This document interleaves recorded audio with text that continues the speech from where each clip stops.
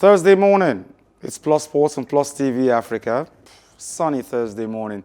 My name is Wale Scott. Welcome on the show. Lots of things to discuss this morning. I've got a guest on the show. His name is Shayo Guntoye. We're talking about this and other things extensively. Now, the winners of the 2020 National Sports Festival, Delta State, will host the next edition of the festival in 2022. The Minister of Youth and Sports Development, Sunday Dari, announced this while declaring the 20th edition of the festival tagged Edo 2020 closed on Wednesday. He said congratulations to Delta State for emerging the overall winner of the games of the 2020 National Sports Festival. I'm glad to note that the federal government received bids to host the 21st edition of the National Sports Festival in 2022 from 6 states, namely Delta, Ebonyi, Imo, Kaduna, Kano, and Ogun. Following the evaluation of the bid and the physical visitation to the prospective states, I hereby announce Delta State as the next host of the National Sports Festival in 2022. I congratulate the government and people of Delta State for emerging the preferred state and wish them best of luck in the organization of the 21st National Sports Festival. Now, Shayo, good morning. Good morning. Thanks for joining us. All right. Yeah. Thank you. Now, I know for one that being a journalist for a while, I know that we have been given a booklet that tells us the criteria to host a sports festival, structures, security. Now, what criteria did the Ministry of Sports use to pick Delta amongst other states, Imo, Ebonyi, Kaduna? They said they inspected the states when? Which day were they inspected? And then what did Delta do right to get the hosting right? I just want to know. I'm curious. Well, for that, I think they just wanted to go round. They said they have inspected the infrastructures, the facilities. Yeah, I asked you. I said when? We don't know when now. I'm a journalist. I don't know. They said, Okay. you know, it's the Nigerian thing. So possibly some things must have happened behind the scene without us knowing about why Delta was given the hosting rights, or possibly because Delta actually is or was the winner of the just concluded National Sports Festival. Wow. Okay, I know for one that before the closing ceremony, Kaduna State dropped an extensive proposal wanting to host the event. They offered that the ministry should come and inspect their place, and the ministry didn't inspect. At least I know for one, they did not visit Kaduna State. I know that for one. And Delta State gets the nod just on the day of the closing ceremony. I don't know. And to say that they are being compensated for winning the event, that doesn't just sound right to me. I don't know. Yeah, you are right. And I think it might be due to the insecurity in the north why they were not looked into. Because if you look at going to the north now, it's not really going to be a palatable experience for someone. So these are, things that are put into consideration before giving hosting rights to a state. Now, Kano State's Governor, Umar Ganduje, is expected to unveil Super Eagles captain Hamid Musa as Kano Pillars' latest signing. The club made this known in a series of tweets on Wednesday. Musa is expected to be unveiled before the second stanza of the league season, according to the club. Now, Musa rejoined Kano Pillars for the remainder of the 2020-2021 Nigeria Professional Football League season. Musa joins Seymour Sagida for the rest of the season, 11 years after he first featured for the club. 20-year-old previously played for the Pride of Kano 2009 and ended the season as a top scorer in the MPFL with 18 goals before a move to VVV Venlo in the Dutch Eredivisie. He went on to feature for CSKA Moscow, Leicester City, and Al Nassr. Now, Shayo, Musa was a non-playing captain in our qualifiers. He was named a clubless captain for the qualifiers. Now he has a club. Well, he has a club. And we're asking, will Gernot Rohr use Musa as the captain of the team now, since he now has a club? Well, club na club. Yes, I think he would use him now because, one of the things Gernot Rohr said was that he was not going to invite a clubless player. Well, he did invite Ahmed Musa. And now that Musa has now gone to Kano Pillars, where he left before he went to VV Venlo, I think it's a good one for the MPFL, having your skipper of the national team play in the Nigerian league. But if you ask me, really, I would have wanted him to go to Enyimba instead to play on the continent, where he can be able to explore his talent more than just playing only in the Nigerian Professional Football League. Now, I don't want to use an insultive word. I have one in my head, though, but I'm not going to use it. I'll use a better word. Gernot Rohr has consistently spoken from two sides of his mouth. Consistently. First off, the man came out and said, if you don't play regularly for your club, you don't play regularly or you don't have a club, I will not invite you to the Super Eagles. Then he invites Ahmed Musa, and I sent him a tweet. I said, Rohr, if you are inviting Ahmed Musa, then invite John Ogu. They are both clubless, He didn't reply the text, though. That's talk for another day. However, you invite a clubless Ahmed Musa, you bring him to the club and say he's a non-playing captain. That's one thing he has said wrong from two sides of his mouth. Now, he's going to invite Ahmed Musa to future games after saying, I will not invite anyone playing in the Nigerian Professional Football League. How does he justify that? Well, I think Gernot Rohr is just trying to be a Nigerian here. Oh, Nigerian. Oh, wow. Yes, he's trying to be a Nigerian. It's a normal phenomenon here in Nigeria, saying one thing and doing the other thing. So I think not just Ahmed Musa, so many players in the Super Eagles team have no business there, but Gernot Rohr has the final say about it.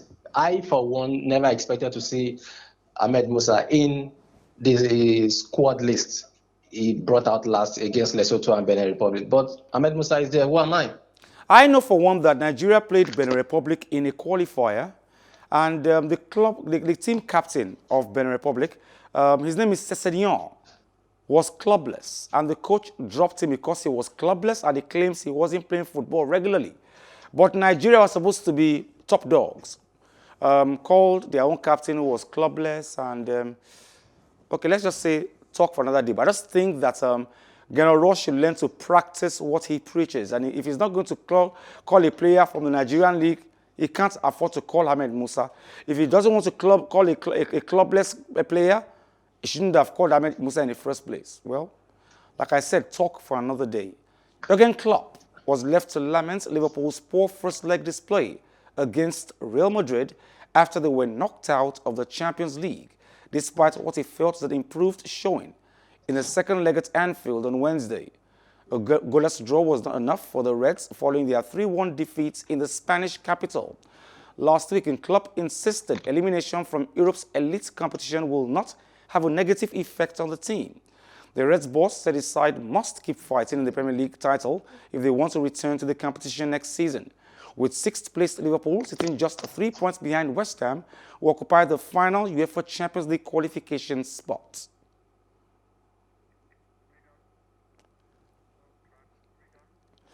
Okay, now Shayo, Jurgen Klopp. I think it's so sad.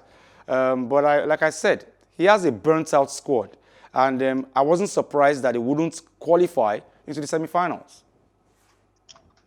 Same here too. I wasn't surprised.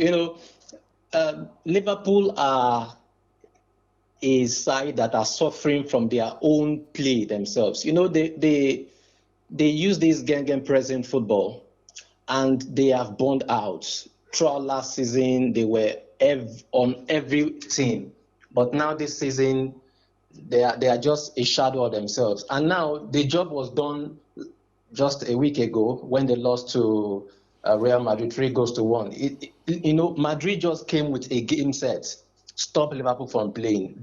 Madrid did not come to play football. They just came to stop Liverpool from playing. And like I saw a funny post, someone said that Liverpool's successful attack alone on that night was that attack on the Madrid bus.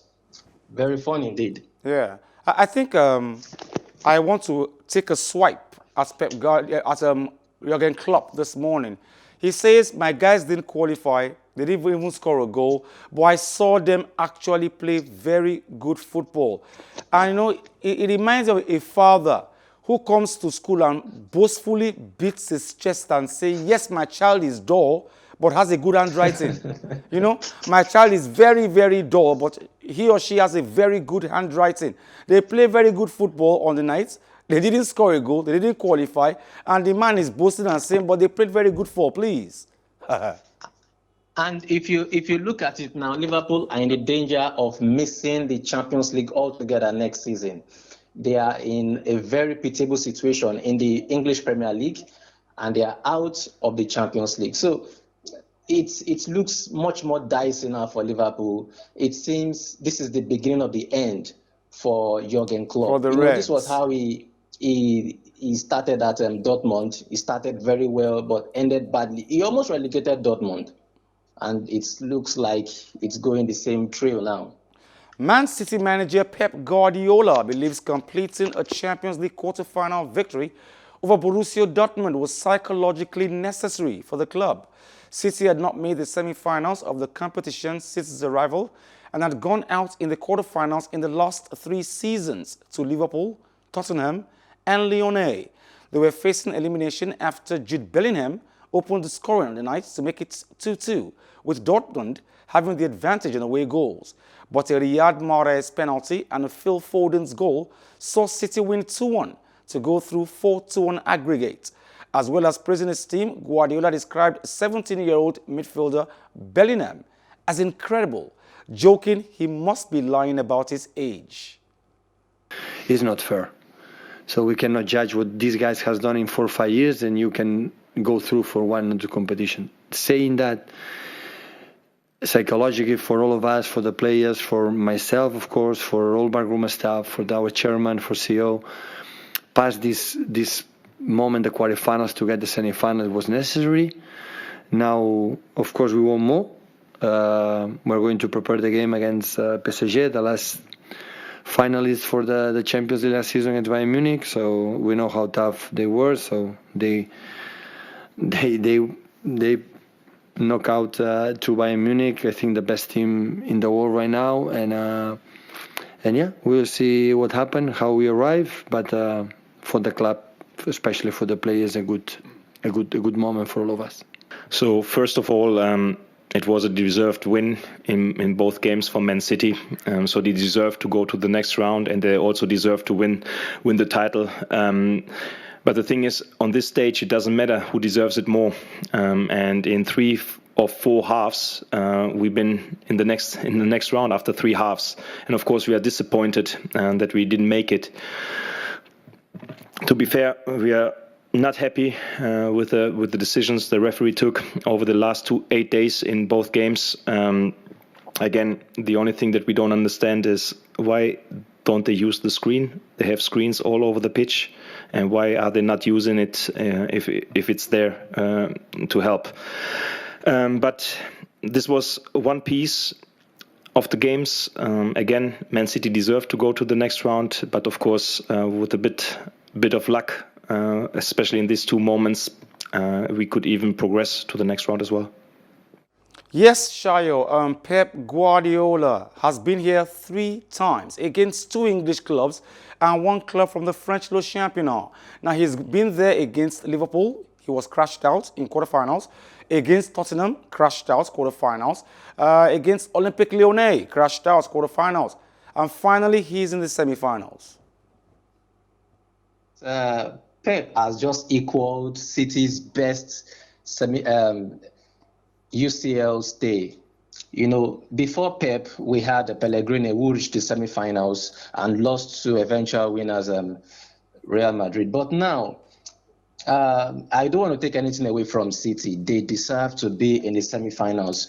But don't forget also that Dortmund were missing Torgan Hazard and Jadon Sancho. So all of these came to play as well as Haaland was kind of, isolated for most of the game. So for me, I think City were deserved to go through. Yes, they deserve to go through. They had a mindset on victory, nothing more. And they were fortunate, like we heard from the press conference, that they were fortunate to have gotten that penalty, which kick-started their night. Now, oil-rich Al Khalifa, that's his name, says, I have spent so much money on Paris Saint-Germain, and it's not because I want to win the French Le Championnat. I'm tired of winning that. I want to win the Champions League, and that's why I'm spending so much money. It's not a case of who wants it more, Paris Saint-Germain or Manchester City. Yes, if you look at it now, it's very dicey. Both club owners are very, very rich, and for City now, it's even more dicier because if you look at City's next line of games, they are facing Tottenham in the EFL Cup final. They are facing Chelsea in the semi-final of the FA Cup, and now they are facing PSG, who knocked out the defending champions Bayern Munich. So it's really, really difficult for City now. And this is where Pep Guardiola's tactical ingenuity comes into play. So for PSG, yes, they are tired of winning the Ligue 1, the French Championnat, and any other cup in France. They want to go one step further. Remember, they went to the final of the Champions League last season. Yes, and they want to go one step further by winning the prestigious title. I was telling someone before I came on the show this morning, I said, listen, Chelsea look like a Champions League club to me. Less than an EPL team for me. And those guys in that squad can actually win the Champions League for them if they get to the finals. They've got Timo Werner, Hakim Ziyech. They've got fantastic players who can do well at the world stage. But against Real Madrid in the semi-finals, it's going to be a real tough nut to crack. There is one coach also I respect in football, and that is Zinedine Zidane. He is one of the most underrated coaches where other Madrid coaches have failed with these same materials. He has succeeded winning Champions League back to back, and also winning the league in between. So he understands football's dynamics and football's nitty-gritty. So it's going to be a very, very close call between Chelsea and Real Madrid. But I think the game will be won in the midfield. It's gonna be a midfield battle. Now, Ole Gunnar Solskjaer is not worried about a lack of leaders on the pitch going into Thursday's Europa League quarterfinal second leg against Granada. The Red Devils hold a 2-0 advantage and will be without the suspended trio, Harry Maguire, Scott McTominay, and Luke Shaw, who all picked up yellow cards in the first leg. Paul Pogba is one booking away from missing the potential semi-final, but Solskjaer insisted that will have no bearing in how the Frenchman approaches the game. Alex Telles is hoping to stand out at left-back in the place of the missing Shaw and described the Premier League as brutal as it continues to adapt to the pace of the English football. We are a group of young players who want to improve, want to learn, and we know that we'll have to lead at some point. Everyone has to lead at some point. They've been asked to lead. We've got different ways of promoting leaders. We've had, of course, you've still got a few leaders here now with those players out. So I'm not worried about that. And the team spirit always goes in front of any individual. I've not seen many teams. Maybe I'm sure the team spirit in the Argentina World Cup 1990 squad was good as well, but they had one superstar with Maradona who was better than everyone else. But for us, it's a group working together, knowing that we need everyone to be on board on our values, on our set behaviours. Man United have always got players, or humble, hard-working players that stick together and never ever give in any game. And as you said, 28 points from losing positions that's fantastic. On the other hand, it's worrying that we have to do that. We're not looking at consequences of that. No, we go into a game having to do everything we need to do to win. So if there's a tackle there to be won, there's the tackles there to be won. We don't want any lazy yellow cards. Just play the game properly. No token gestures. And Shayo, Ole Gunnar Solskjaer without three major players in his team: Scott McTominay, Harry Maguire, and Luke Shaw. Major players in the squad. But 2 goals up against Granada. Are they taking them for granted, Granada?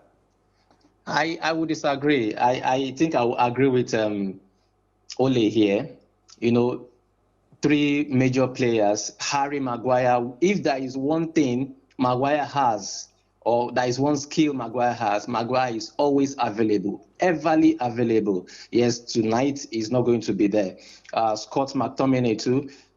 Is not going to be there, as well as Luke Shaw. These are very hard-working players. Very hard-working players. I agree with you. But in terms of leadership, I don't think United would be worried too much, because first you are having a 2-goal advantage, and you have a Bruno also who can step up to take up the captain's handband. So I think he has nothing to worry about. The only issue there might be who will partner Lindelof. Is it Bailey who just coming back? And that is why I get worried sometimes if I see Maguire playing every game, because he is always available. But aside from that, I think United should have a sweet victory again. Both Arsenal boss Mikel Arteta and goalkeeper Bernd Leno are confident the Gunners can book their place in the last 4 of the UEFA Europa League when they take on Slavia Praha in their quarterfinal second leg today. With a tie level at 1-1 following the first leg at the Emirates, Leno is confident they've got more than enough to get the job done in the Czech Republic. Winning the competition looks to be Arsenal's only realistic route back into Europe next season. Failing to do so will be the first time since 1996 that the club wouldn't appear in a continental tournament. Arteta, though, admitted that though he hasn't even crossed his mind, while Leno claimed that Arsenal belongs in Europe. Yeah, we said before the game that we've been really impressed with the form and with what that team transmits, the real attitude and desire that they show in every single game. And that's what they are here, because they knocked some big teams along the way and fully deserve to be where they are. And they show in the first leg again against us that they never give up, and they score in the last minute of the game. And are we going to have a real battle tomorrow? It's very important for us, and this is our club. It's not individual interest. It's all a collective interest that we want to do well in every competition. And tomorrow games put us in a position to go into the semi-final or European competition. And this is exactly where this club has to be. That's why tomorrow we have to do our best. I want to thank you very much for joining us this morning. Shayo, thank you very much.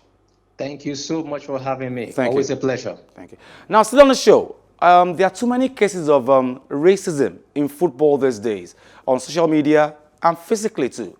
And it's happened when players cover their mouth and talk to the player. You can't hear what you can actually see what they are saying. Lip readers, you can't see it when they insult fellow players. And somebody comes and says, listen, European soccer governing body, UEFA, says Slavia Praha defender Andre Kudela has been banned for 10 matches for racist behavior in the Europa League last 16 match against Scottish side Rangers last month. Rangers midfielder Glenn Kamara complained of being racially abused by Kudela in the game when the Scottish club was knocked out in the second leg, which included a melee on the pitch and clashes in the tunnel afterwards.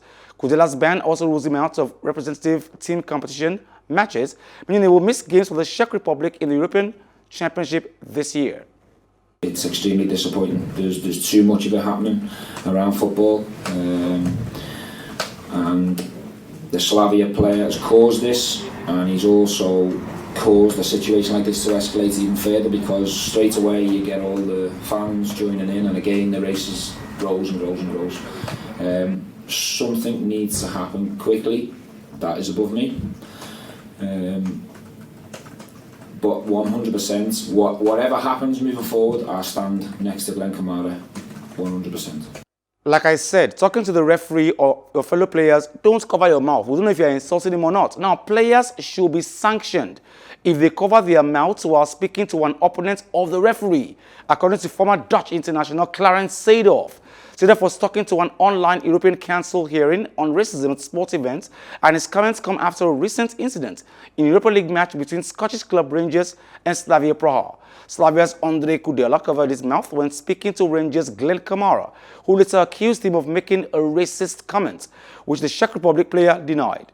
UEFA provisionally suspended Kudela for one match and said he was looking into Kudela for a potential violation of UEFA regulations over racism and other discriminatory conduct, and for misconduct such as insulting a fellow player.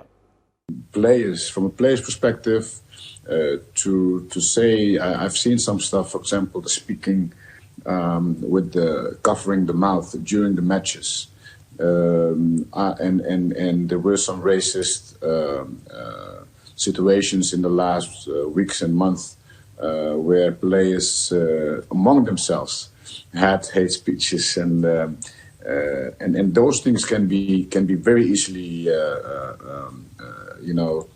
attacked by implementing some rules there. For me, it should be abandoned to be able to speak like that when you're playing on the pitch, when you're approaching an adversary. We're talking about sport, it has to be transparent. So why would I cover my mouth if I need to say something to my adversary? If I talk with my coach, I talk with my teammates, all fine. But when I approach the referee, Clarence Seedorf, if you want to talk to a fellow player or the referee, why cover your mouth? Sports should be transparent, and I agree. That's all on the show today. Of course, on Plus Sports and Plus TV Africa on a Thursday morning. Join us same time, same station for another edition. My name is Wale Scott. Like I always advise you at the end of every show, if not for anything, at least for your heart, do some sports.